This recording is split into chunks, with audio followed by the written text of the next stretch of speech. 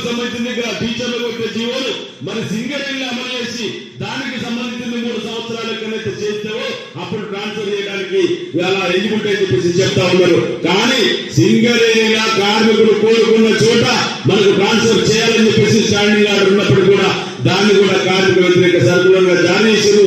దానికి నిమ్మకు నీరెత్తినట్టు గుర్తింపు ప్రాతినిధ్య సంఘాలు ఇలా వైరం చూస్తా ఉన్నాయి. ఆ వైరం మీద ఒక్కసారి ఆలోచించమని చెప్పేసి కోరుతా ఉన్నా. ఆ సర్కులర్ను వెంటనే రద్దు చేయాలని చెప్పేసి గౌరవ చైర్మన్ గారికి, డైరెక్టర్ పా గారికి అందరూ కూడా సింగరేణి గవర్నమెంట్ కార్మిక సంఘం తరఫున రిప్రజెంటేషన్ చేయడం జరిగింది. దానికి కూడా పోరాటం చేయాల్సిన అవసరం ఉందని చెప్పేసి సందర్భంగా తెలియజేస్తా ఉన్నాం. అట్లనే మెడికల్ బోర్డుకు సంబంధించింది మెడికల్ బోర్డు నిర్వహించారు.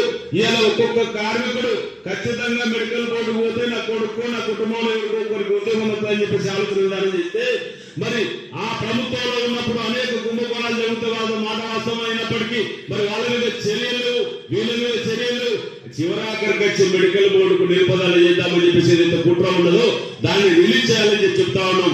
కార్మికుడు ఏదైతే జేబీసీసీ ఒప్పందం ప్రకారం 1980 సర్కులర్ ప్రకారం కార్మికుడు నేను అనారోగ్యంగా ఉన్నా నాకు సంబంధించిన కుటుంబ సభ్యులకు ఉద్యోగం ఇవ్వంటే ఇవ్వాలి తప్ప ఇటువంటి నిబంధనలన్నీ కూడా తీసుకొచ్చి లాస్ట్ మెడికల్ బోర్డుకు నిబంధనలు చేసి ఆలోచన విధానం ఏదైతే ఉందో దాన్ని విరమించుకోవాలని చెప్పేసి సింగరేణి గవర్నమెంట్ కార్మిక సంఘం డిమాండ్ చేస్తా ఉన్నాం. దానికి సంబంధించిన ఆందోళన కార్యక్రమాలు కూడా త్వరలోనే ఏర్పాటు చేస్తామని చెప్పేసి కూడా తెలియజేస్తా ఉన్నాం. అట్లనే ఈ మెడికల్ బోర్డుకు సంబంధించిన ఐఎన్ సెంటర్ కనుక పంపినట్టయితే ఆ రోగ నిర్ధారణకు సంబంధించింది ఆ రోగానికి సంబంధించిన ఐఎన్ సెంటర్ లో డిక్లేర్ చేసిన తర్వాత మళ్ళా రిపోర్ట్ చేస్తే సిఎంబి చేస్తే ఆయన ఎన్ని రోజులు తిరగాలి, ఎన్ని రోజులు పోవాలి, దాన్ని ఒక్కసారి ఆలోచన చెప్తా ఉన్నా. ఒక్కొక్క కార్మికుడు 10 నెలలు, 12 నెలలు, 15 నెలలు అంటే నెలకు ఆవరేజ్ గా సీనియర్ జూనియర్ ప్రకారం ₹1,00,000 జీవో వేసుకున్నా ఒక 12-15 లక్షల రూపాయలు నష్టం చేసే విధంగా ఉన్నది.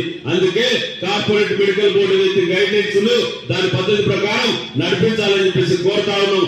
ఇది కార్మిక వ్యతిరేక సర్కులర్ అని చెప్పేసి సందర్భంగా తెలియజేస్తా ఉన్నాం. అట్లనే అటెండెన్స్ రూల్స్ విషయంలో మీరందరూ బాగా ఆలోచన చేయండి.